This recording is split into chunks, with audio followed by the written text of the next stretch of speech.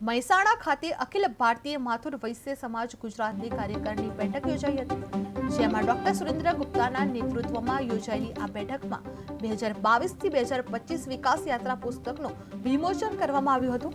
મહેસાણા ધારાસભ્ય મુકેશભાઈ પટેલ મુખ્ય મહેમાન તરીકે હાજર રહ્યા હતા અને તેમના સાથોસાથ સમાજના વિવિધ આગેવાનો, શહેરી શાખાના સભા પદાધિકારીઓ ઉપસ્થિત રહ્યા હતા। આ બેઠકમાં ડોક્ટર સુરેન્દ્ર ગુપ્તાએ ગુજરાત પ્રદેશ પ્રમુખ તરીકેના કાર્યભારનો વહીવટી ખર્ચ અને કરવામાં આવેલા કાર્યોનો હિસાબ રજૂ કર્યો હતો અને સભામાં સમાજના કાર્ય અને દેશભક્તિ કાર્યક્રમો જેમ કે એક જ દિવસે સમગ્ર ભારતમાં બ્લડ ડોનેશન, હર ઘર તિરંગા અભિયાન તથા અંગદાન પ્રોત્સાહન અંગેના મહત્વપૂર્ણ માર્ગદર્શન આપવામાં આવ્યું હતું, જે આશરે 10 લોકોએ સ્વૈચ્છિક રીતે અંગદાન માટેની જાહેરાત કરાવી હતી, જ્યારે સમાજે એન્જિનિયરિંગ, મેડિકલ અને વેપાર ક્ષેત્રે પોતાની આગવી ઓળખ રાખી છે। ધારાસભ્ય મુકેશભાઈ પટેલે સમાજના આ પ્રયાસોને વખાણ્યું હતું।